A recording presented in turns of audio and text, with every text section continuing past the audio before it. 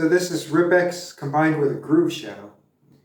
First, I imported the groove shadow by simply grabbing one of my groove shadows that I had pre-made and dropping it into the rip panel.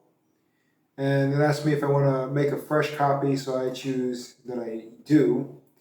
And important here is I don't want to separate stems. However, you can actually separate stems from a groove shadow and it creates some interesting things in itself, but in this case I just used the voice feature, and it's going to go ahead and make a pitched instrument as opposed to if you imported a drum loop, which I also had to do for the purpose of this video. So anyway, importing that, and then it results in a groove shadow file. So anyway, then I imported my drum loop.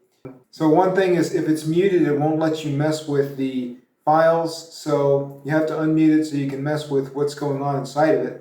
So that's what it thinks is going on inside of a groove shadow, and you can mess with all that stuff, which is really cool. But I didn't want to go too crazy for the purposes of this video. Just want to apply the groove shadow and apply a few effects. So here's just the drum loop real quick.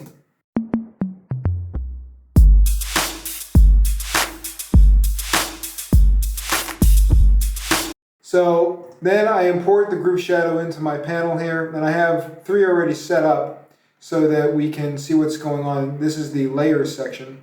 So here we'll hear the first groove shadow with the drum loop.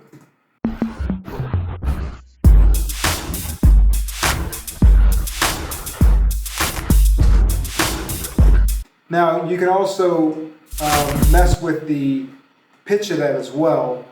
And so another thing I did was change the quantization.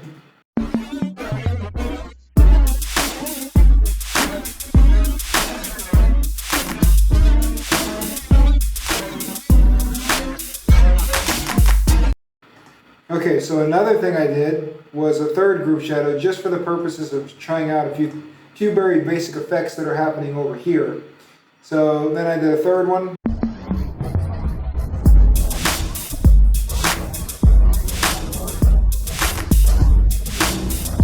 Now, you can of course adjust the volume on all of those, and I have a lot of going on in that particular groove shadow, so all the way down the track you can hear very many different things going on.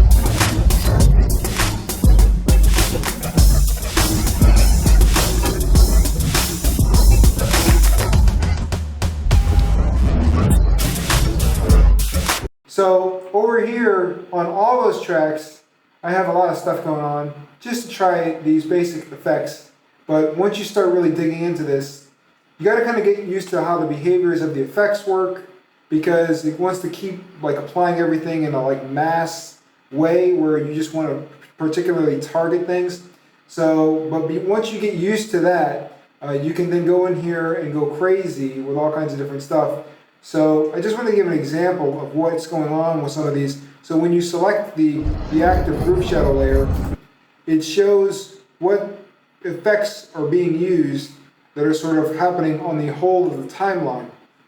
Now, of course, you can also go in here and cut this into parts and apply effects to each part as well, and that's documented in several other videos, so I won't go into that. But just wanted to give an example like what you can do with a basic any groove shadow. So this is a 1 minute groove shadow and about a 1 minute groove, and I just wanted to give an idea of what it would be like to put something in there and how long it would take to extract it and all that kind of stuff. So it took about 1 minute to put it into this format for this DAW, because this is not a DAW where you just drag and drop WAV files and that's it. This is a DAW that has to kind of analyze things and all that kind of stuff, because how these things over here are applied is a totally different process. So anyway,